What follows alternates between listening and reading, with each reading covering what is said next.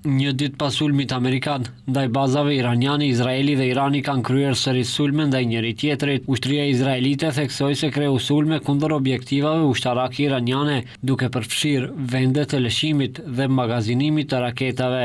Izraeli ka goditur edhe burgun famkeq Evin në Teheran. Rreth 20 avion luftarak kryen sulme të bazuara në inteligjencë, duke përdorur më shumë se 30 municione ndaj objektivave ushtarake në Iran, tha ushtria izraelite. Alarm u dha edhe në Izrael, ndërsa forcat e mbrojtjes thanë se kishin kapur një raketë të lëshuar nga Irani. Mediat izraelite raportuan se 2 persona mbeten të bllokuar në një ndërtesë të goditur nga një raketë në Izraelin qendror. Shpërthime të forta u dëgjuan edhe në Tel Aviv, pasi IDF-ja dha paralajmërim për sulme ajrore për shkak të raketave iraniane që po vinin. Më vonë u lëshuan sërish alarmet për sulme ajrore në disa zona të Izraelit, duke përfshirë qytetin e Tel Avivit, Haifës dhe Jerusalemit. Ministri i punëve të jashtme të Iranit Abbas Araghchi ka deklaruar se SHBA-ja kaloi çdo vit të kuqe me sulmin e fundit ndaj objektivave bërthamore iraniane, si dhe ka paralajmëruar se diplomacia mund të mos jetë më e mundur. Araghchi tha se sulmet e fundit të SHBA-s ndaj Iranit janë shkelje të egra, të rënda dhe të pashembullta të parimeve themelore të Kartës së OKB-s dhe të drejtës ndërkombëtare. I pyetur nëse Teherani do të hakmerret në bazat amerikane apo do të mbyll ngushticën e Hormuzit, Araghchi tha se ka një sër opsionesh në dispozicion.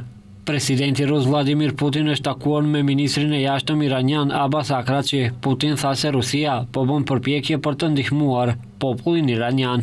Situata në rajon u përkeqësua më tej pasi presidenti i Shteteve të Bashkuara të Amerikës Donald Trump herët në mëngjes njoftoi se forcat amerikane kryen sulme ajrore shumë të suksesshme në 3 lokacione bërthamore iraniane, mes frikës në rritje të një konflikti më të gjerë në rajon. Pas sulmeve të SHBA-s, Irani bëri thirrje Këshillit të Sigurimit të OKB-s të mbajë një takim urgjent për të dënuar agresionin e SHBA-s dhe për të mbajtur përgjegjës ata për shkeljen e të drejtës ndërkombëtare.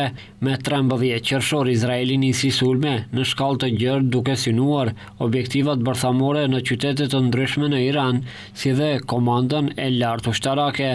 Në Iran, shefi i shtabit të përgjithshëm, komandanti i përgjithshëm i korpusit të gardës revolucionare, disa komandant të lartë dhe 9 shkencëtar bërthamor u vranë në sulme.